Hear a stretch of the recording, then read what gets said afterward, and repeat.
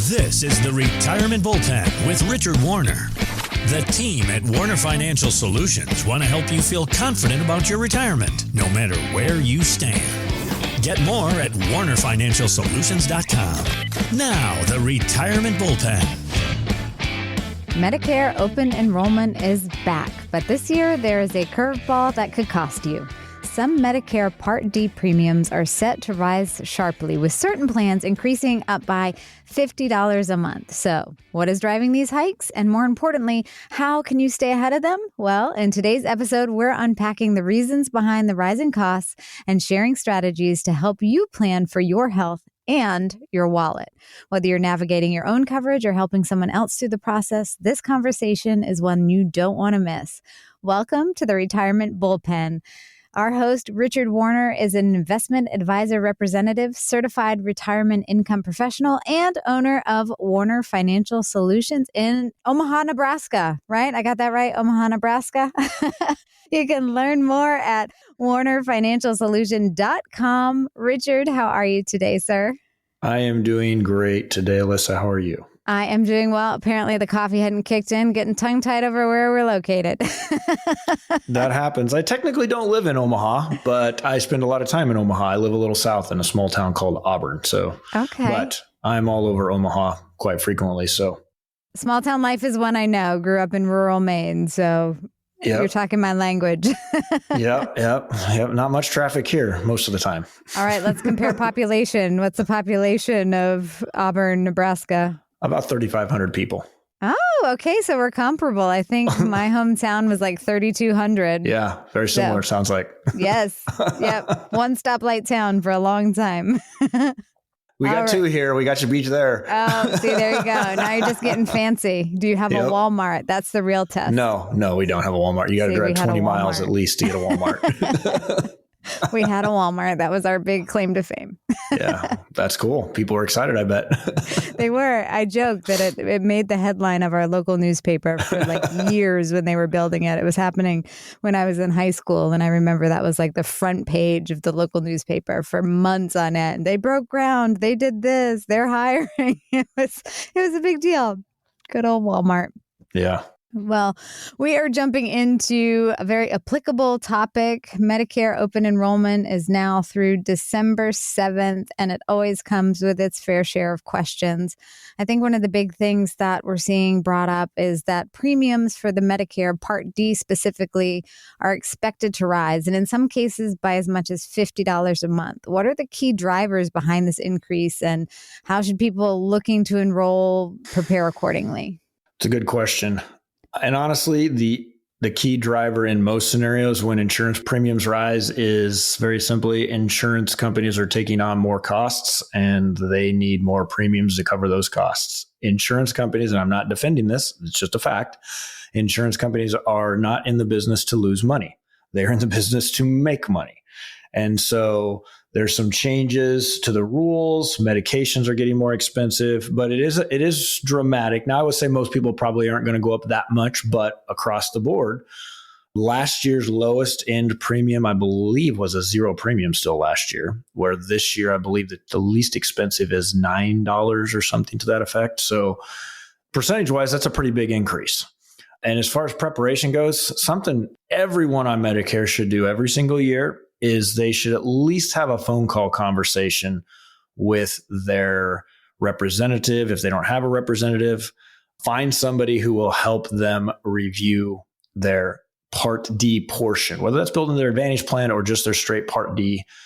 Review that on a year in, year out basis, because even if you like your premium, the copays may change, which could cost you a lot more than that premium, considering it can be such a big difference in copay costs that the premium doesn't even come into the equation anymore. It's so dramatic. Some years and some plans, and your medications change too sometimes. And a lot of people forget. Yes, in June I got put on ABC drug or XYZ drug, and it's not a generic anymore. I have a plan built around generics, and now I need a plan built around name brands. So those are things you want to look at every single year, and you have that opportunity for the next few weeks.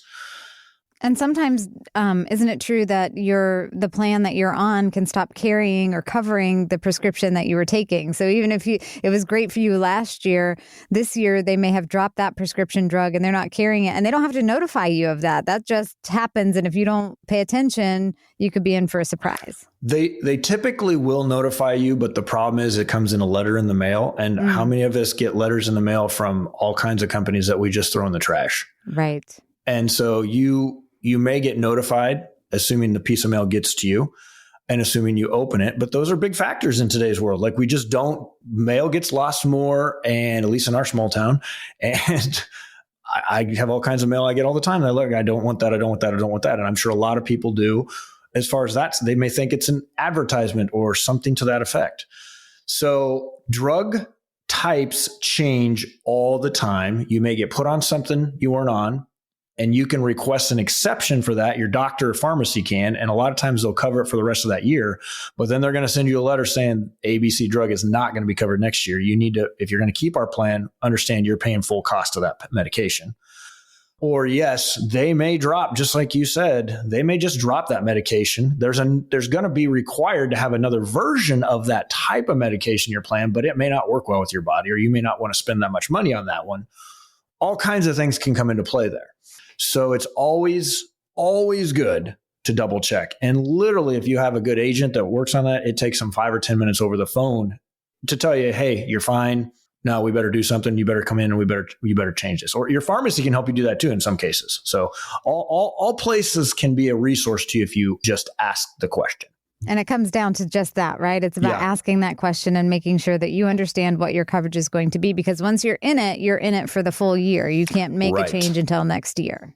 Right. They are year-to-year contracts. And once you slip past December 7th, there are a few exceptions. You can make changes after that for a little while into the beginning of the year. I don't know those dates off the top of my head, but I know there are some exceptions that can be made and changed. But for the most part, you are locked into that plan for January 1st to December 31st of the next year, once you pass the December 7th date.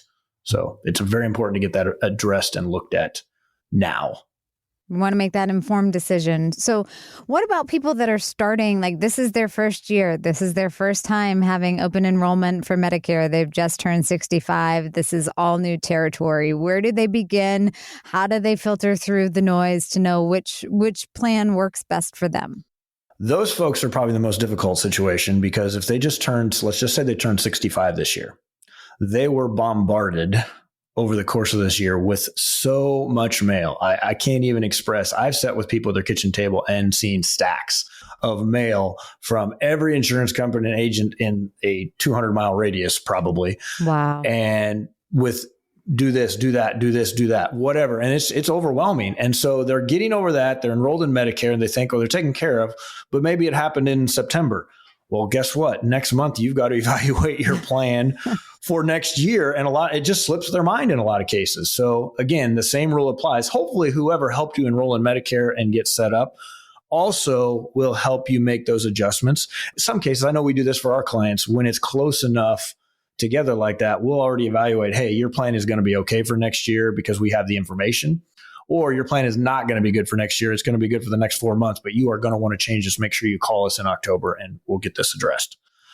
But yeah, again, even if you're new, even if you don't take medications, some people don't take medications and they think, well, my plan's the best. And that's a hook I think insurance companies will use at times as they start out with low premiums, because a percentage of premiums or a percentage of folks just don't review their drug plan. They just, unless something bad happens, they don't think twice about it. Especially when you're not taking medications. And all of a sudden they look up one day, 5 years down the road, and their $8 a month drug plan is now $50 a month, and they don't even take any medications. Right. Just because they didn't review it. So it's important to review it, and it doesn't take very much of your time. And that's a good reminder, too, that we have to take into consideration that Plan D, even if we don't have a prescription that we're currently on, because A, B, C, and D are all required. That's part of what you have to make sure that you're enrolled for. You can't just bypass one of those. Those are all required, including prescription, even if you're not taking any. Am I correct in that? You are correct from the standpoint of you have to have a Part D plan if you don't want to get penalized. So here's what I mean by that. You could actually enroll at 65 and not take a drug plan. It's not illegal. But let's say 5 years down the road, you decide, I want a drug plan because I'm on 5 medications. I just had a heart attack and I'm on 5 medications now. And I want a drug plan. Well, let's say it's the middle of the year. You can't enroll in a drug plan till the end of the year. No exceptions on that. Just because you had a health event, you had your shot back when you turned on Medicare. You can enroll in a drug plan at the end of that year that would start January 1st of the next year. But Medicare is going to look back at every month you should have had a plan and didn't, and you're going to get penalized. And it's about a 3.5 cent or so per month penalty that builds and builds and builds and builds till you turn it on. So in that time frame, you're not looking at a huge penalty, but it's a penalty you've got to pay in addition to your premium, but you have to pay that penalty on top of your premium for the rest of your life. Oh, wow. So if you can go out even with no medications and get a drug plan very, very inexpensively, it's worth it to avoid the penalty, unless you're somebody that I meet these kind of people, and I might be one of these kind of people someday that just absolutely refuse to take medications because they make me go, ooh. So I just, you know what I mean? Like the alternative is better than taking the medication in my mind. Sure. There's people out there that way. So if you're one of those people, then maybe you don't need to worry about it, but you just never know when that switch is going to flip and you may want to have that drug plan. As far as Part C goes, Part C is actually a different aspect of Medicare. So we got a couple minutes here. Let's talk about that if you don't mind. This is also something between October 15th and December 7th, you can make changes. You have to have A and B to enroll in C, okay? But C encompasses all of the aspects of A, B, and D into one all-inclusive plan. The difference is this. When you have A and B, you're going to typically add on a supplement. You're going to pay premium to an insurance company. You're going to have no copays, very limited risk, a small deductible each year. But after that, Medicare and your supplement are going to pay everything after your small deductible. Right now, it's around $250. So you have very little risk. You have the Part D you add on to that. You have the drug copays, but you pay more in premium. Some people opt for the option of Medicare Part C, also known as Medicare Advantage. There's some pros and cons to that. Obviously, in a couple of minutes, I don't have a lot of time to go through them all. But the biggest difference is it's going to save you premium dollars if you're a healthy individual. You're probably going to end up ahead with Advantage, but you have some limitations. You've got to make sure you're going to doctors that take it. They are getting a little bit more pricey from the risk standpoint. So if something does happen to you, it's a cost sharing program. It's a lot like a group plan, really, Medicare Advantage is, except you don't typically have a deductible. You can, they allow it, but a lot of plans don't. And you can usually find one that doesn't if there are some that do. But it's a cost sharing. So you go to the doctor, you're going to pay a copay. You go to the hospital, you're going to pay a copay. But you have a lid on that each year, just like you would in a group plan. I know typically in a given year, the high-end plans are about $6,700 is the maximum out of pocket. I know they can be higher. In some of the more loaded up with population market areas, like Omaha is a little bit more populated. Obviously, where you're talking to me from in the Atlanta area, that's very populated. They're going to have, I don't know for sure how it works there, but they're going to have a lot better plans just because it's population based. There's more revenue coming into Medicare. Medicare can create better plans through companies because it's facilitated through private insurance companies. So I'll give you an example. I met a lady that moved here several years ago from the Los Angeles area, and her plan was unreal. I couldn't believe how good it was, but it was population based. Right. And she couldn't believe how bad our plans were in Nebraska. I'm like, and I was sitting there saying, well, they just improved them too. They're not too bad. Right. I'm like, what you have is amazing. We don't have the population to generate the revenue to create those kinds of plans in Nebraska. Omaha and Lincoln are going to have better plans, but when you're in the more rural areas, some of the rural areas don't even have plans. So understand that Medicare Advantage is potentially an okay to go. Just make sure your doctors are a good fit. Make sure you understand the pros and the cons. You're going to save money on premium on the front end, but you may pay in copays and cost sharing on the back end, depending upon what happens. Is one of the risks on choosing one versus the other, I won't even say risk, but one of the factors to consider is your health. And I may be wrong on this, but it is my understanding that if I choose original, I can switch back and forth between the two, original or Advantage, until there is a health diagnosis. And then I'm stuck on whichever side of the fence I was on. That is kind of right in one side of it, but not the other. So I'll explain that real quick. So when you take original Medicare and you take an Advantage plan, let's say right out of the gate, you have a 12-month tryout period where if you don't like it, regardless of what your health is after that first full year, you can go back to original Medicare and choose a supplement company and get a open enrollment, which is where they don't ask you any health questions up to that first 12 months. Later on down the road, let's say you take that route. let's say you stick with that plan for 5 years and then your health goes south. Well, now you can go back to original Medicare, but a supplement company doesn't have to take you. So you have to pass their questions. Now, a lot of things, if you're stable, they will take you. It's not a super difficult series of questions to answer. But if you had a heart attack last month, you're not going to be qualified. If you had a heart attack 2 years ago, you're probably going to be able to find a competitive rate that's going to take you. If you had cancer last month, same thing. Cancer 2 years ago, some companies 5 years ago, you're probably going to be okay. Some of it depends upon what other diseases you have, but there's a lot of factors like that. Now, once you have original Medicare and a supplement, you can always go to Advantage plan because the Advantage plan does not ask health questions. Got it. So it's more the issue of going back to original if Right. you've been on Advantage versus the other way around. And the reason it becomes an issue is because usually when things are going well and you're healthy in Advantage, you have no complaints because you have no cost sharing or very little cost sharing. Right. But all of a sudden you end up in the hospital for a week and you get $1,000 bill or something like that in the mail. And you're like, what the heck? I haven't got one of these before. I thought Medicare covered everything. You want to go back to the other system. Well, depending on what happened there, you may not be able to. And you definitely have to wait till the enrollment period of October 15th, December 7th to make that change. It is possible. I run into people all the time that decide because of an event and that it's something that's behind them that they can go back. But I've run into plenty of situations where they can't as well. So.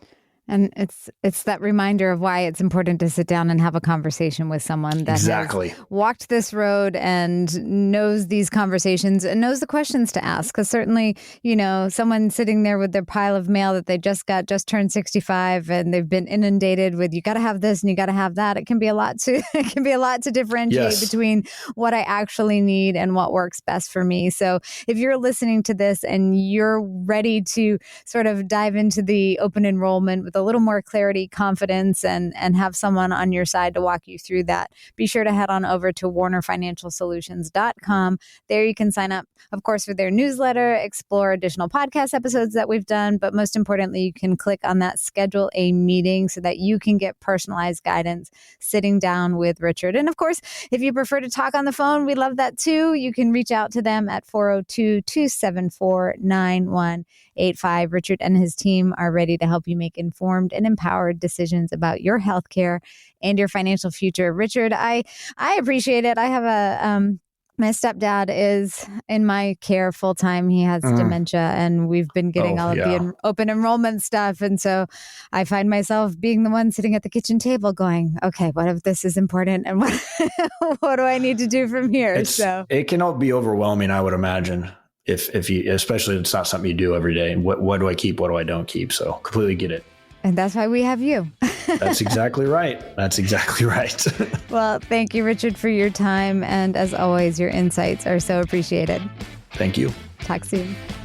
Insurance products are offered through the insurance business Warner Financial. Warner Financial is also an investment advisory practice that offers products and services through Impact Partnership Wealth, LLC, IPW, a registered investment advisor. IPW does not offer insurance products. The insurance products offered by Warner Financial are not subject to investment advisor requirements. NPN number 7617022. Investing involves risk, including the potential loss of principal. Any references to protection, safety, or lifetime income generally refer to fixed insurance products, never securities or investments. Insurance guarantees are backed by the financial strength and claims-paying abilities of the issuing carrier. This podcast is intended for informational purposes only. It is not intended to be used as the sole basis for financial decisions, nor should it be considered as advice designed to meet the particular needs of an individual situation. Warner Financial is not permitted to offer, and no statement made during this show shall constitute tax or legal advice. Our firm is not affiliated with or endorsed by the U.S. government or any governmental agency. The information and opinions contained herein provided by third parties have been obtained from sources believed to be reliable, but accuracy and completeness cannot be guaranteed by Warner Financial.